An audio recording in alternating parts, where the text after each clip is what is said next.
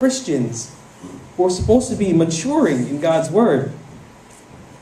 Now, the situation may be different. I mean, you may not necessarily want to continue listening to, one direction over and over and over.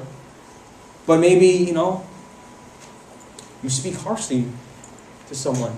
Or you may not cover your ears and be like, no, no, no, no. But maybe you hardened your heart. Or you've been judgmental. Or whatever it is that God's been working in your hearts, in your lives. And so, today we're going to be looking at how God addresses this.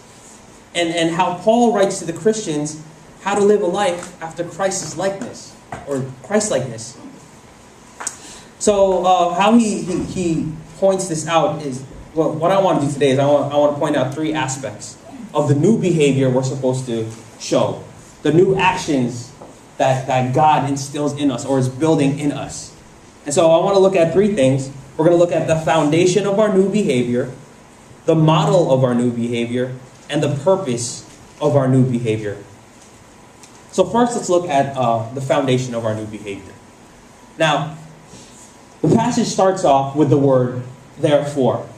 Now, this is a very key word, therefore, because therefore really points to what precedes it, and then what follows, pointing to how that connects to what he's about to talk about, or what he's speaking of.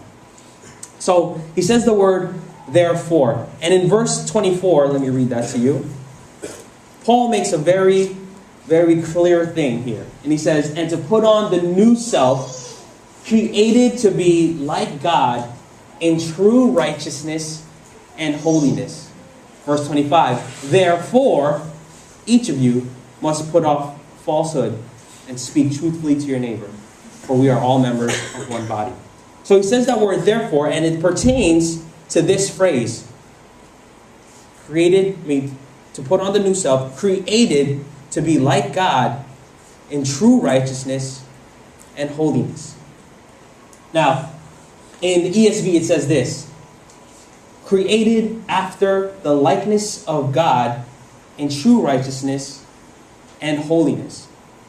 So, our foundation to why we behave, or why we're supposed to behave the way we're supposed to behave, or why we're supposed to do the things like put off lying, put off bitterness and anger, and put off these being lazy, is because our foundation is what Christ did for us already. The fact that we have been created to be like God. We have been created after the likeness of God in true righteousness and holiness. So God acted upon you, so therefore now you have a new nature, like we talked about last week.